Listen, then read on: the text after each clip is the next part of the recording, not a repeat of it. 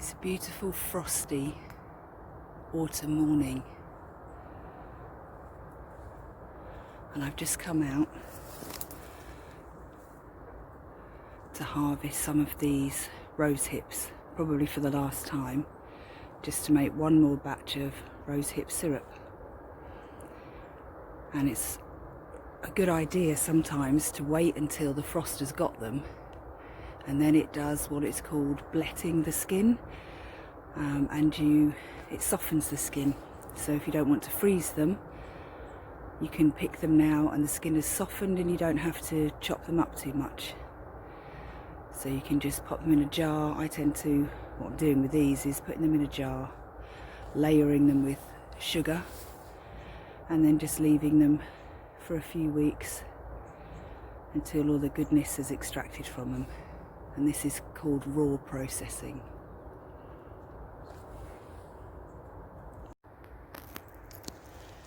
It's just occurred to me, it's no coincidence that I'm out here on day 1, day 2 of lockdown, part 2. But as you can hear, maybe in the distance, by the rumble of traffic, it's very different to part 1. Anyway, back to the beautiful rose hips. The rose gives us so much. It's such a heart healer. It's gentle, yet it's tough, it's strong. It can heal our heart.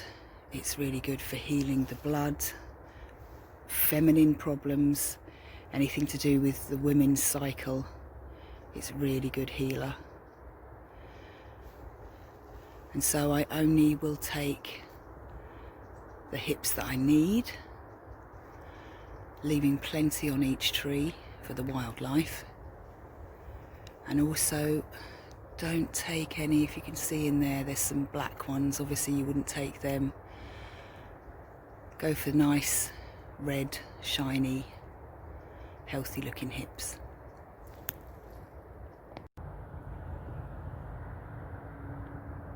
I just want to show you that every single rose bush is different. So this one has fairly small hips, but they're quite round.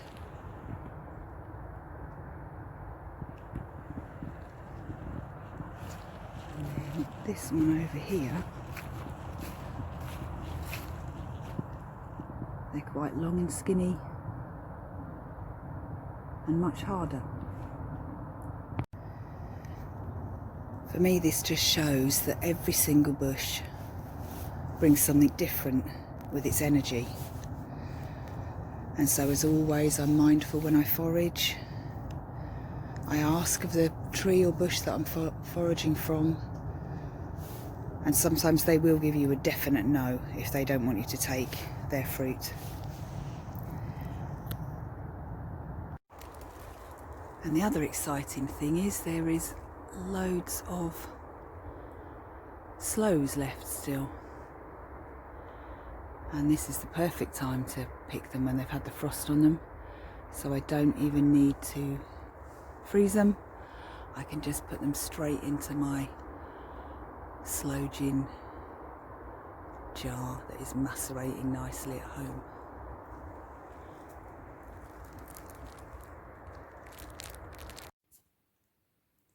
Here are the processing hips. What I've done is cut off all the ends, cut off all the straggly brown bits. That was where the petals were back in the summer. And I've layered the hips alternately with sugar, which basically works out an equal amount of sugar to rose hips.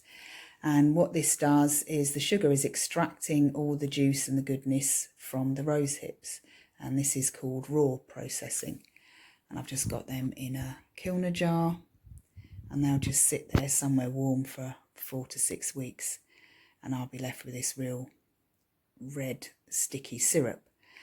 You can do it if you don't want the sugar, you can do it with apple juice. The traditional way is to boil them on the stove but the raw processing way gets out even more of the goodness without actually having to cook it out. If you're using apple juice, you would need to add some other preservative like alcohol, because it partly what the sugar does is also preserve the liquid. And then you can just, I'll add a dash of brandy in it as well, which will help thin it down a little bit and preserve it a little bit longer. And this is the jar a week later. You can see all of the sugar is starting to dissolve and extract all that delicious syrup and juice from the hips.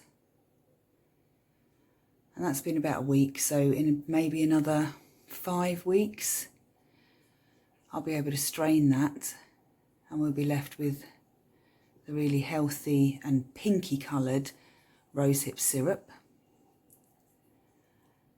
And then that will store, I'll add a dash of brandy to that, and that will store in the fridge for quite some weeks. So I hope you can see how easy it is to make raw rosehip syrup.